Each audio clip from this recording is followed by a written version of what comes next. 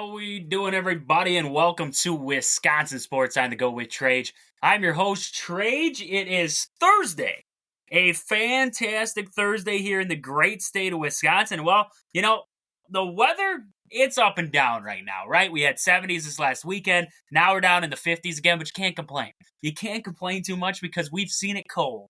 We've seen the cold. We've seen snow in April before, so can't complain whatsoever right now. They're talking it might warm up a little bit there next week, so we're just waiting until next week before we pop out the grills one more time there. I'm getting ready. I'm getting ready to be out there on the deck grilling, but right now it's a little chilly. I didn't spring for that little blanket that they send with the Tragger. I know you can get one with your Tragger nowadays. I didn't spring for that.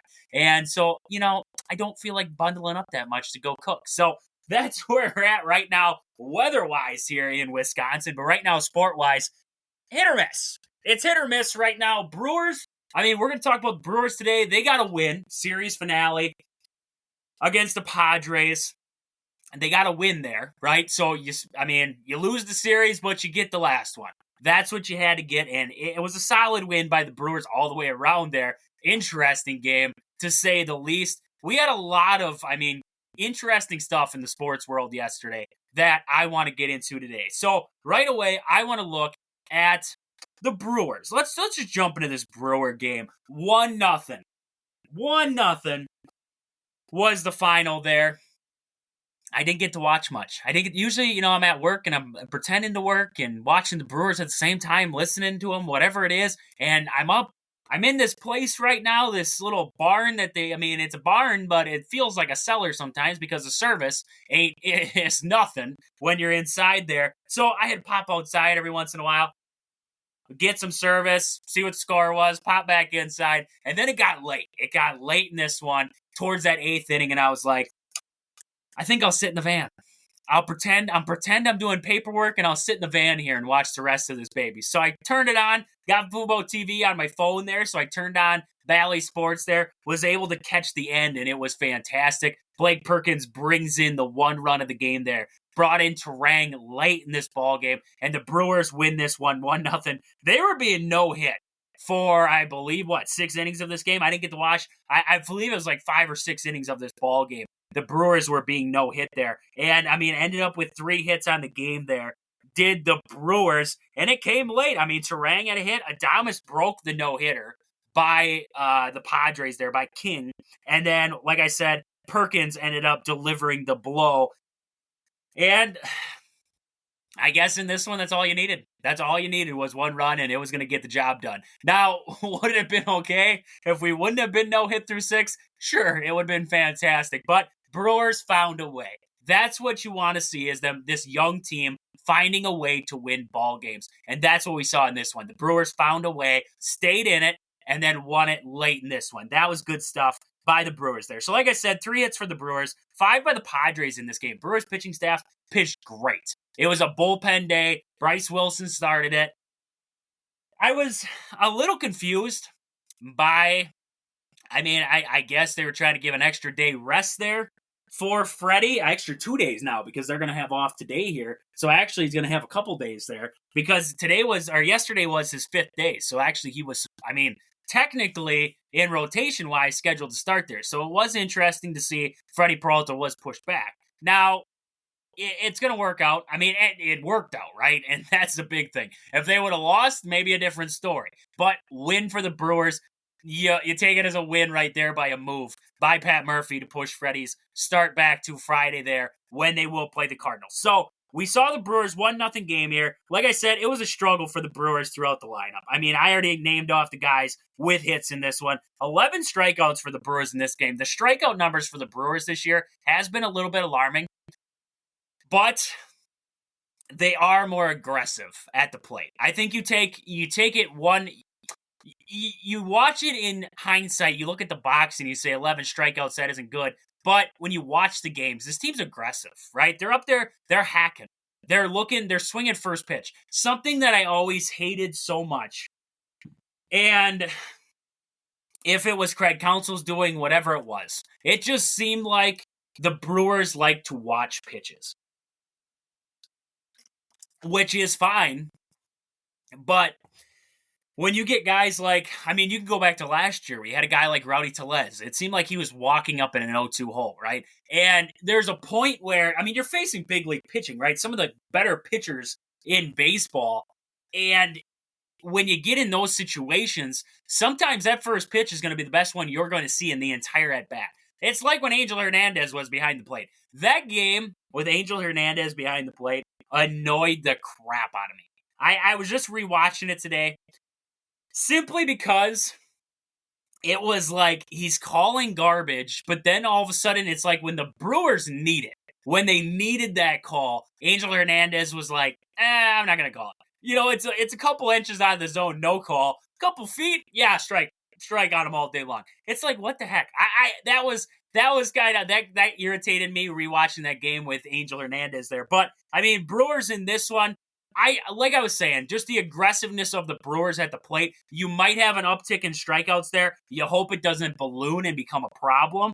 But at the same time, I'm okay. If they go up there aggressive, if they go down hacking and they're aggressive at the plate doing it, you take your wins with your losses, I guess. You know, I would rather have a guy go up there and be aggressive, swinging first pitch, trying to hit the best pitch up there, right? First pitch is generally the best pitch you will probably get in the at-bat, unless if there's a mistake pitch later on, right? They're just trying to get like a get-me-over fastball. And if you put solid contact on that first pitch, nobody's going to complain. Nobody will complain.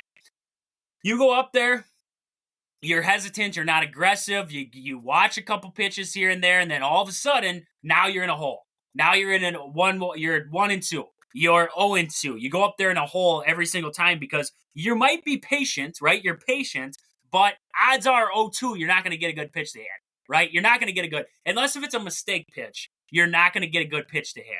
So being aggressive up there, I like it. Now, the aggressiveness of the Brewers there, 11 strikeouts. Hopefully we see that number come down a little bit and sit maybe in that 8 range, 8 to 11. But 8 to 11, I mean, that's not bad.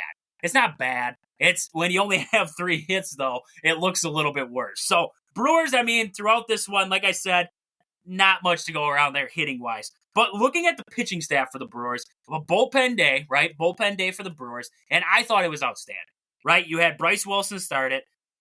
3 2/3, 2 hits, 2 Ks, 1 walk, nothing across the board for Bryce. And then you had Hudson come in there. And Hudson, I mean, if there's a guy, this is my opinion on it, but there's a guy who has been an underlying factor in this bullpen early on in the year, it is Hudson for me. It is. Hudson right now, he's got a .96 ERA. He pitched 2 1/3 innings in this game here, and he had a walk and zeros across the board for the rest of it. Hudson has pitched phenomenal for the Brewers early on here. 7 games, 9 1/3 innings pitched, 8 strikeouts. His whip sitting at .75 and his ERA .96. Fantastic. Brian Hudson has pitched fantastic for the Brewers out of the bullpen, and I hope that it continues because this guy is rolling as of right now for the Brewers. And, I mean, thank you, Dodgers, for making him available, right? But thank you, Dodgers, for making this guy available because as of late, he's been pitching very well for the Brewers. Elvis Aguero, he continues his good pitching on the early. He's had a couple rough outings there, has Paguero, but in this one 1 inning, 2 hits, zeros across the board elsewhere. And then Abner Uribe, this was a good sign of Abner there. 1 inning, 1 hit, and a strikeout. Abner, I mean, he's had some struggles early on this year. He's had some dominant performances early on this year, right? The couple saves that he had, and then it all seemed to kind of seemed to fizz out on him. And now we're seeing Abner get a little bit better here last couple outings. I mean, yesterday or 2 days ago in that game, yes, he didn't pitch his greatest game, but he got out of trouble, right? He got himself out of trouble. And I think that was what I took out of his outing there, is he got himself into trouble, which isn't a good sign, but he also found a way out of it, which is great. Which is great if you ask me. So Abner pitches an inning in this one. He actually gets the win for the Brewers there. And then Yoel Payamps closes it down there. An inning pitch for him. Zeros across the board for Yoel in his save appearance there. Good stuff from the Brewers bullpen. I mean, you're talking about 9 innings, 5 hits given up there, 2 walks, and only 3 strikeouts. So the defense played good for the Brewers, getting outs there and helping out that pitching staff. Something that lacked on Tuesday. The defense struggled a little bit. Now you look at this game here, and I mean, Joey Ortiz didn't start for the Brewers, came in later. Oliver Dunn did get the start. I don't know. Maybe it's going to be something to watch, but maybe the Brewers lean on somebody else than Joey Ortiz to play third for now, because right now he's struggling over there. I don't know what they do with that. Joey Ortiz is swinging a pretty good bat this year, so it kind of sucks to say that we got to keep him out of the lineup, but the defense is inconsistent, right? And you can't have that inconsistent defense if you're going to be able to play the way the Brewers want to right now, right? They have a lack of dominant starting pitchers. Lack of dominant pitchers right now. I mean, you're missing Devin Williams, you're missing Brandon Woodruff, you lost Corbin Burns, you traded Corbin Burns, right? So you are missing that dominant pitchers that are going to take you and be able to get outs themselves, right? I'm not saying that Wade Miley or Joe Ross or these guys can't strike some guys out, right? They're going to get some strikeouts. But those are guys that are heavily reliant on my defense is going. I'm going to get you a ground ball. Can you make a play? Right? That's the big thing when you look at this pitching staff for the Brewers is they are very prone to, we're going to give up some not hard contact, right? But it might be soft contact, but we're going to get ground balls. We're going to get fly balls. We need you guys to play solid defense behind us. And right away this year, the Brewers defense played very well. And as of late, we've had a couple games here and there with a couple errors back and forth. That's really killed this Brewers team. That has killed this Brewers team is the defense for the Milwaukee. So hopefully, I mean, moving forward, we see some of that go away and this Brewers defense starts to play well again. But hey, I mean, it's early yet, and we're not going to close the book on Joey Ortiz. That's not what I'm saying whatsoever. But what I'm saying is that maybe it's going to take some time to ease him in. I don't know what it's going to take for Joey Ortiz. I mean, you're talking about a guy who has the potential to play shortstop, but he can't make those plays over at third. How am I going to be able to rely on that guy to be my everyday shortstop, right? We went into this season, and some people are saying, get rid of Adames because we got Joey Ortiz coming in the door. Right now, I mean, Adames is playing very well defensively, along with Trag up the middle, but at third base, Joey Ortiz has struggled a couple games here. So it's like, how do you work that? It's going to be interesting to see where the Brewers move here with this moving forward. But with that, I want to stick with the Brewers a little bit here more, but I want to get to a couple of our sponsors here quick. First, Game Day Supply in Onalaska. Do you have a sports club or team? Are you looking for some sweet custom uniforms or apparel? Check out the awesome crew at Game Day Supply to help your team get the sweetest gear. Find them on Facebook at Game Day Supply or online at GameDaySupply.net. Also, your hometown team, Century 21 Gold Key Realty. Call Peggy, Sue, or Anna to find your dream home or if you're looking to sell. Find them on Facebook at your hometown team, Century 21 Gold Key Realty, or stop in and see them at their location in Marshfield. Also, Marshfield Motor Speedways, located just 3 miles outside of Marshfield on County Road H. You got to get down there this weekend. This coming Saturday here, we have the Spring Eve of Destruction, a fantastic day down there at the racetrack. Tons of events going on down there. I mean, I was just learning about this. When was that? A couple of days ago. I learned about some of the stuff that they do during this Eve of Destruction down there. They got like a backwards race in there. I mean, some of it was just like, what am I looking at? Like, how do you do this? How do you do that? Like, I'm looking at all this stuff and it's like, this seems like it'd be crazy. I was just pulling it up here to double check on that. Yeah, they got a tire race, the double-decker feature, forward-backward race, relay race, Eskimo nose-to-nose race, a whole bunch of great events happening down there at Marshfield Motor Speedways on Saturday. The events will kick off at 1:05 p.m. So get down there to the track and check it out. Fantastic stuff. Great food, great drinks, great family fun. So get down there this weekend. Marshfield Motor Speedways, located in Marshfield, Wisconsin. But with that, I want to stick with the Brewers. Talking about this Brewers team, and, you know, it's early, right? You can't jump the gun on anything or say anything, but when I watch this Brewers team, the only thing that I can say right now that's still, going into the season, it made me nervous, and it still makes me nervous. Right off the bat, we saw some very good pitching performances. Whether it was DL Hall or Joe Ross or Jacob Junis in his first start, and now Junis is hurt, so we don't have Junis. But, I mean, seeing some of these guys, right, it was great first outings. But now we got to that second one, and we saw a little bit of struggle. And we saw in both starts of some of these guys the struggle to take the game into the fifth, into the sixth. And we talked about this early on this season, and I talked about it here on the show, is you can only play that game so long, right? Before, now the bullpen's taxed, right? Now you get to the situations where, who am I going to pitch today, right? I pitched this guy yesterday, I pitched this guy yesterday, I pitched this guy yesterday, and I pitched them the day before too, and because this guy only went 4, and then this guy the next day only went 3, and, you know, in Wade Miley's case, he was injured. That's tough. That's a different scenario there. He took a line drive off the leg. That took him out. But you look at some of these other starts, Joe Ross, or you look at DL Hall, and how many innings can he give you? You're looking at a guy like Wade Miley. How many innings can Wade Miley realistically give you, right? And the hope is, right, 5 or 6. But if these guys are consistently going out, you can get Freddie for 6 or 7, right? That's what he's pitched consistently so far this year. Not saying it's going to be always that, right? But it's the hope. But then you go down the rotation. Can DL Hall give you the innings? Is Joe Ross able to give you the innings? Colin Ray has pitched well so far, but will Colin Ray give you the innings in that middle portion there? Because if you go through a 4-day stretch there where you have DL Hall, he only gives you 4 because he starts to struggle, as we've seen a little bit this year. And then you have Colin Ray, say he starts to struggle, right? And so you go through this rotation, you're going to have stuff like that throughout a year. I'm not saying that the best rotations in baseball don't go through that. We've had years, we're talking about years with Burns, Woodruff, Freddie, and you had stretches where you had to tax the bullpen. I get that. But it's becoming a regular thing now, where we're seeing the bullpen in the 5th. We're seeing the bullpen right away in the 6th. We're not getting guys there. And that may become a problem. The pitching depth for the Brewers is not there.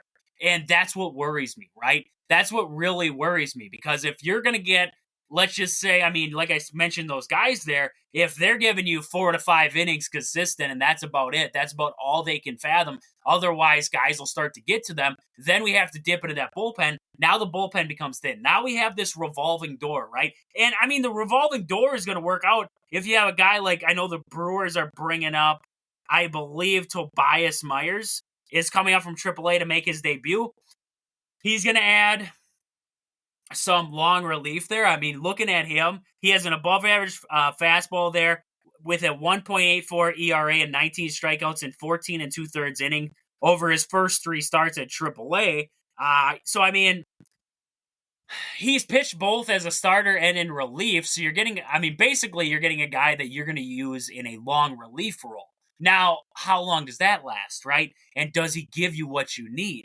That's going to be my biggest question mark for the Brewers moving forward is if you're not going to add in the pitching department. I'm going to go through in a second some of the free agents still out there that maybe the Brewers could look at yet. But, if you're not going to dip out there, you need to find somebody who can give you innings, right? Because you cannot have this. Maybe Joe Ross gives you one start where he goes 6, right? But consistently, we're talking about a guy who he's not overly dominant.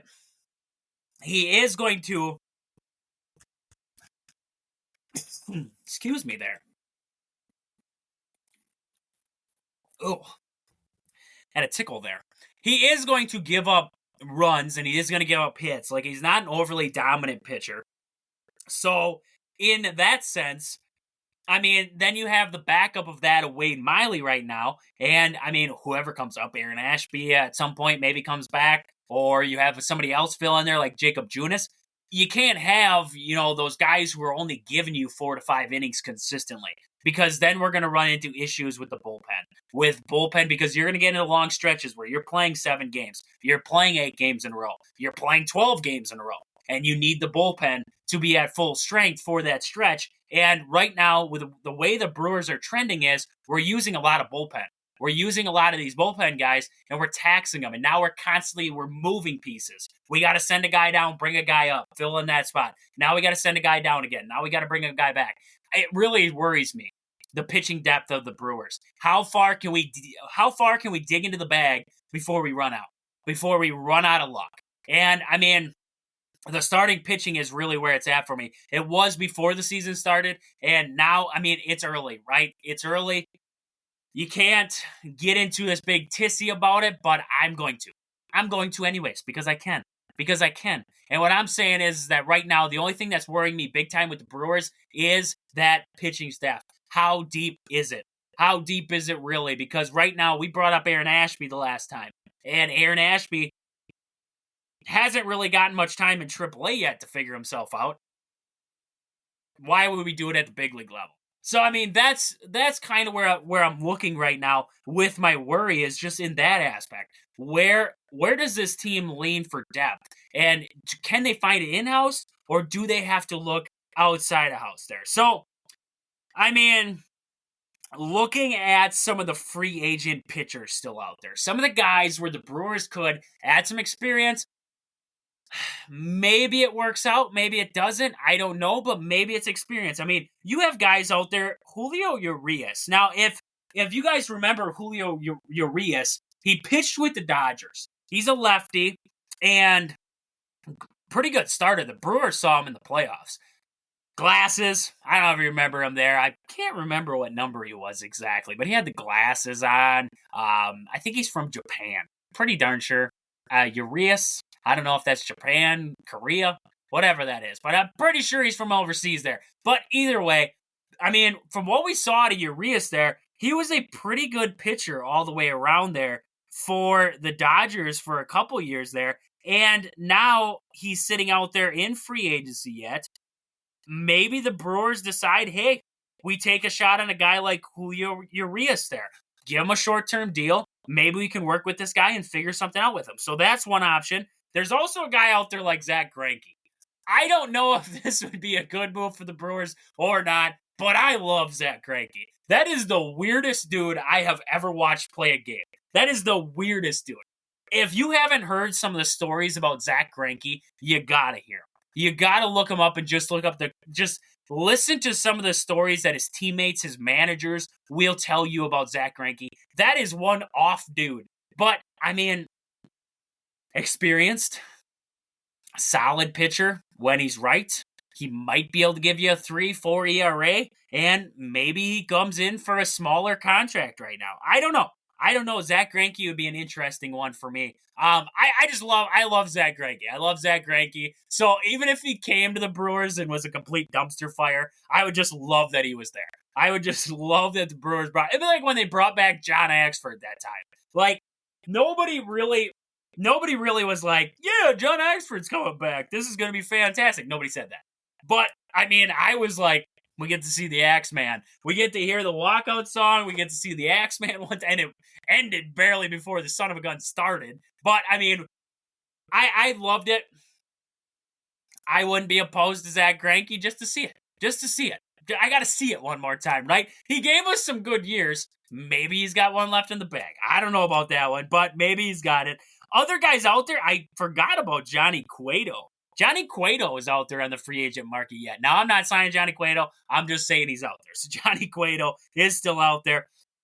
Rich Hill, forget about Rich Hill. If it was some team that wanted to play the Brewers, I would sign Rich Hill and just have him pitch against the Brewers however many times he played the Brewers. I would sign him through a 3-day contract and just say, every time the Brewers come to town, you're pitching against them. That's what I would do with Rich Hill. I mean, it just seemed like he always had the Brewers number. I don't know if it's true. It just felt like it. Every time the Brewers faced Rich Hill, is like, we can't hit this guy. He throws 80 miles per hour, but we can't hit him. We can't hit this guy. He's going to get us out. So, I mean, Rich Hill is still out there. Looking down the line here, Zach Davies still on the free agent market. I don't know if you take a shot on Zach Davies. When he was with Milwaukee, it wasn't like he was bad. It really wasn't like he was bad. Was he fantastic? No. Was he a Cy Young? No. Will he give you depth? Yes. He will give you depth. A lot of people don't like Zach Davies. If he's right and he's hitting his spots, a pretty good pitcher. He gets outs. And that's what the Brewers need, is out-getters. Guys who can stretch games. That's Zach Davies. He goes into the zone. He's not a big walk guy. He goes into the zone. So Zach Davies still out there.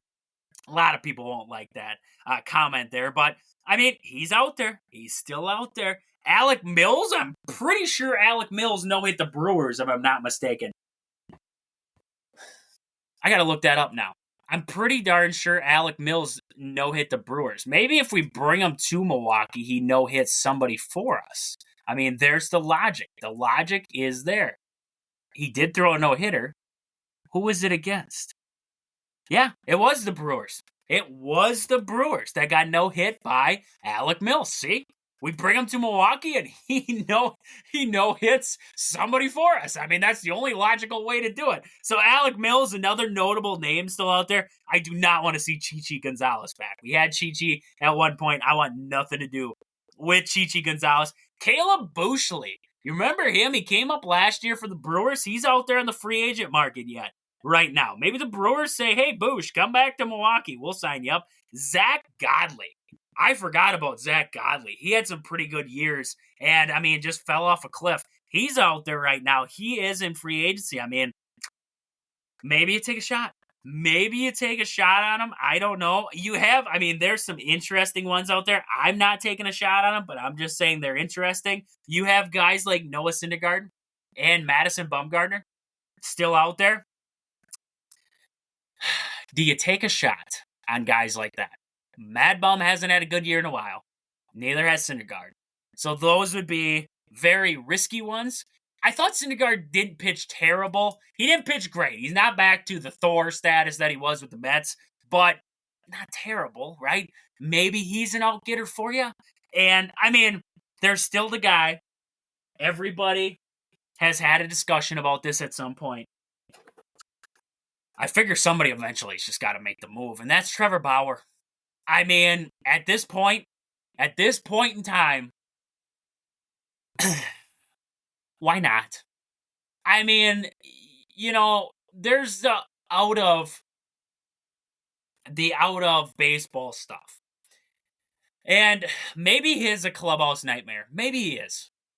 But at some point, don't you just say, maybe we just got to bring this guy in. Maybe somebody's just got to bring him in and say, hey, we know you can get us outs. Just everybody else, nobody's going to talk to you around here. Nobody wants to talk to you, but we're going to sign you. We want you to come get outs. And honestly, if he has the fire and he ticks some people off, or this guy comes to Milwaukee and, everybody was all upset about his antics, but if he comes to Milwaukee and he becomes this guy who has everybody in that clubhouse's back, right? And he's just a pain in the A to everybody else, to every other team, and he's giving other teams the business, but he has the back of everybody in that clubhouse. I don't care. Bring him in. Because that's Rhys Hoskins, right? Hoskins is a great clubhouse guy, but he is a menace to other teams, right? He is not afraid to tell you how it is. And look at Jeff McNeil, right? That's not just a Jeff McNeil thing. I mean, Jeff McNeil and Hoskins, they probably have a little bit of beef from his time with the Phillies. And McNeil being up there with the Mets, I'm not saying that they probably don't have a little bit of beef in that time. But what I'm saying is that, man, if Trevor Bauer is going to come in and he's going to have that kind of fight for me while still having a good time, hanging out with his teammates, everything like that, and everything's just fluid in the clubhouse, but on the field, he's a menace to other teams, I don't care. Bring him in. Sign him up, right? Because you know what? You can hold all of this stuff against... I watched a video the other day. You can hold all these scandals against Trevor Bauer. You can hold them all. I don't care. You do you. I'm not going to tell you how to feel about a situation or anything like that. But there's literal texts and conversations between him and his the women who are accusing him, right? There is literal text between the two parties that state that basically Trevor Bauer is innocent in this whole thing. He is scotch-free, and yet we're going to blacklist him because we want to. That's just, it's blasphemy. It is just ridiculous. And I get maybe some teams don't want to be the first one to sign him because they think it's going to make this big uproar. I get it. But at the end of the day, we're just basically screwing away a guy because he got, wrongfully, from everything that I've seen and everything that has happened in court so far, wrongfully accused and found innocent of everything that happened. And yet we're going to blacklist him from the league. We're going to just say he's not quality enough. He's not. We have a gambling scandal between Shohei Ohtani and a friggin' interpreter right now. You're telling me that we're not going to blacklist that guy? We're not going to blacklist Ohtani when he had, and I quote, he didn't have any clue that anything was going on in his financials. And he had $16 million stolen from him. $16 million. And we're going to sit here and just believe this guy didn't have a freaking clue? Are you kidding me?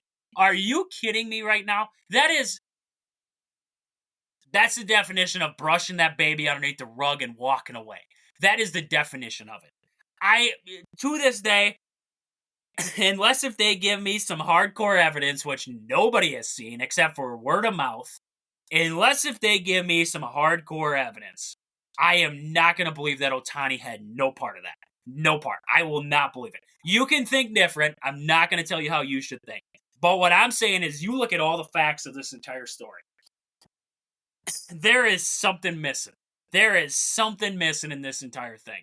And to me, it's rough, but how do you blacklist one guy from the MLB when another guy very well could have got away with a betting scandal? And we have guys like Pete Rose, who is blacklisted from the MLB, can't be in the Hall of Fame. One of the best hitters of all time, right? And he can't be in the Hall of Fame. Why? Same thing. Same thing. Yet, we're going to hold him accountable. We're going to hold Trevor Bauer accountable. We can ruin guys' lives just because we don't care. Just because it's like, whatever. We're going to get over it. Now, I'm not going to say that Trevor Bauer is a perfect person. Not going to say it. But what I'm going to say is that this guy, through all the antics, is still a very good pitcher. What's it going to take to give him a shot? That's what I want to know. What's it going to take to give this guy a shot?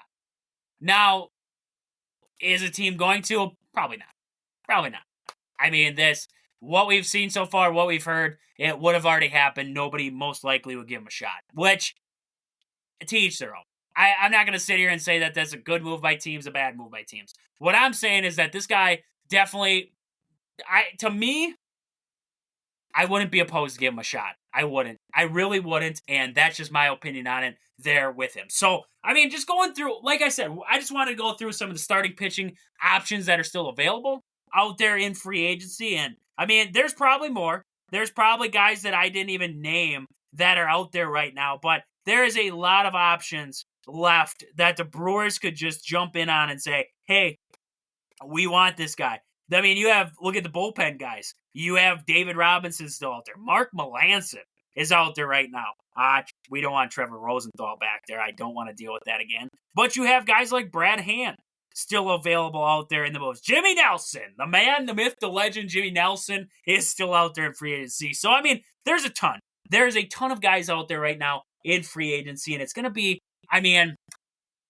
something to watch to see if the Brewers make a move there to add to some of that depth that they have currently out there and in that pitching rotation. So with that, I want to mention a couple more of our sponsors here of the show quick before I move on.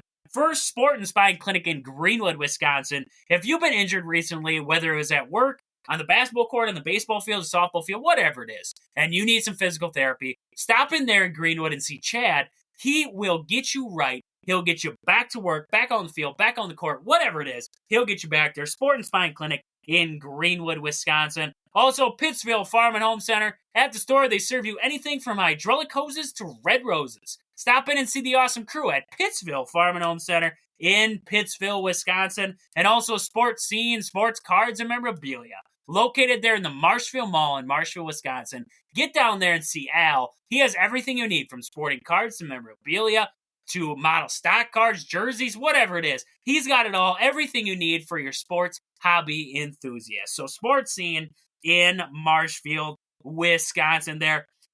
But with that, I just wanted to cover a little bit of the crazy stats I saw from the day. So, I mean, well, not crazy with the first one, but we did figure out the Bucks tip time. We'll talk more about that Bucks Pacers game 1 coming up tomorrow here in the weekend preview of the show. But on Sunday, the Bucks will face the Indiana Pacers. That'll be a 7 o'clock tip there on TNT. So if you're not going to the Pfizer to watch the game, make sure you're watching that baby on TNT there, because Thanasis says he wants it loud, so make that baby loud. That's all I know. That's the man. That is the guy, as in Charles Barkley's words, has the most job security in the world. So get yourself to Pfizer and check out that one.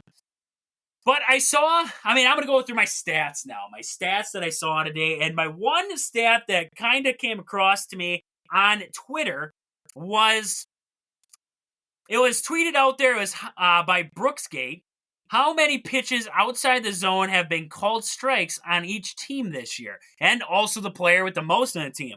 The Brewers are actually near the bottom of this list. They've only had 42 pitches called outside of the zone for strikes on the year. And Sal Frelick, that poor guy, he's actually got the most for him. 7 on the year so far. You want to look at a team who's getting screwed by pitches outside the zone. The New York Yankees. 70 pitches outside the zone there. The Tampa Bay Rays, 67 outside the zone. Some of the other notables, you got the Dodgers with 66. Looking down the line there, you have the Pittsburgh Pirates, 47. The Cubs with 46. The Mets. The interesting one on this entire list is the Mets. Only 27 times. You look at the difference between the Mets and that top team there in the Yankees. Just a crazy difference between 70 and 27 there. And you look at the guy leading the Mets, Brandon Nimmo, he's had 7 called outside the zone. So that means the other 20 pitches are coming against the entire roster that's left for the Mets. I think that's pretty interesting right there. So, going through that list there, it's real interesting to see the guys who have had the most called outside the zone. Actually, Mookie Betts leads the league with 14 pitches called outside the zone for strikes. Wyatt Langford, he plays for the Texas Rangers there. He has had 13 outside the zone. So I just think that's interesting to see where the difference are there. Actually, if you look at the least amount called on a player from a team, is actually coming from Zach Geloff. He's only had 6 called outside the zone for him there for the A's. The A's are up in the middle of this list. How are umpires screwing the A's? They're already screwing themselves. The owner's screwing them already, and now we got umpires doing it too. Come on now. Come on. I want to see. I wish they did a list of how many games Angel Hernandez has called in that stretch there, because that would explain a lot of things happening there. Also, I saw coming out of the NBA today, Jontay Porter has been banned from the NBA for violating team gambling rules. Now, excuse me there. What makes this interesting to me, and this is going to be it for the day here. I just wanted to say what makes this thing the most interesting to me is this was going to basically decide. Let's just go down the line here. Say tomorrow, right? We're all doing our thing. We're working. And all of a sudden ESPN pops up. LeBron James has been accused of gambling. He's been accused of now I'm not saying this is true. Don't tell me, don't come with me and tell me that you think that I'm just feeding you blasphemy right now. But just say it. Steph Curry has been accused of gambling, okay? The NBA has to ban him. Right? Because this is this is the first of this nature that the NBA had to deal with. And this was going to set the tone. Because now, every time after this, something happens, you got to take action. Now, it's just Jontay Porter, so like Shohei Ohtani and MLB, there's a good chance that everything's going to come out squeaky clean, right? But say it doesn't. You have to ban whoever it is for life simply because you made this decision with Jontay Porter.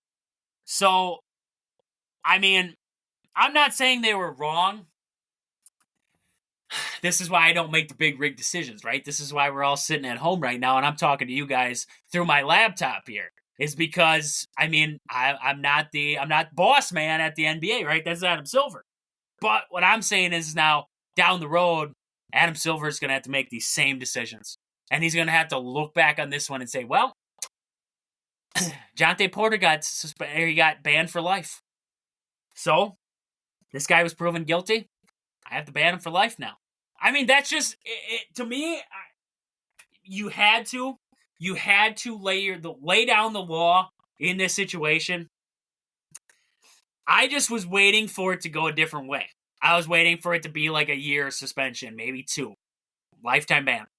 Lifetime ban is something different because now that's got to be the same penalty as handed down to other players down the road. So with that, I mean, that's about all I got for today. I just want to lay a couple interesting things I saw out there in the sporting world today out on you guys. I mean, we talked a lot of Brewers today. Hopefully, I mean, the Brewers' day off today. Tomorrow, tomorrow, they'll be facing off in a weekend set there with the Cardinals. I mean, first time seeing the Cardinals this year, going to St. Louis. Should be a fantastic series there. Can't wait for it. But, I mean, with that, that's about all we got for today. We got the weekend preview coming up tomorrow. Lots of good stuff in that thing. So, with that, this has been Wisconsin Sports on the Go with Trage.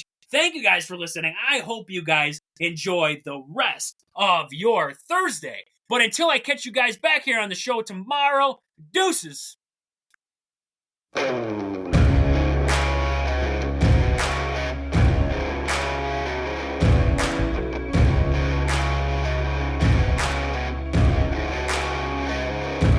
Yeah, oh my Lord, watch me sway. Darkness falls and we all pray, hoping for the light of day.